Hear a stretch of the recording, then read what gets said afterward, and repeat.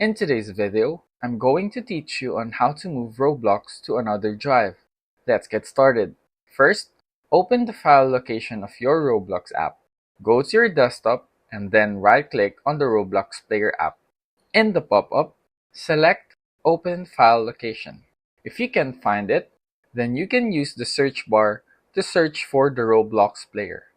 Once you've opened the file, then you'll see here the Roblox player exe file. Next, go over to the file path above and click the local folder. Once you're in the local folder, then you'll see the original Roblox file folder.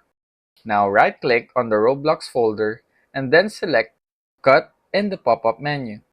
After that, open your File Explorer and then go over to the drive where you want to move the Roblox app. For example, let's select here the local D drive. You can add a new folder if you want, or you can simply paste it here. For now, let's add a new folder and name it Games.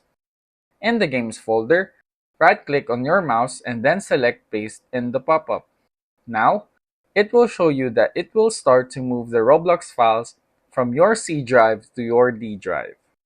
Wait for it to finish as it may take a while. After the process, then you'll see that the Roblox file folder will be moved, and that's about it.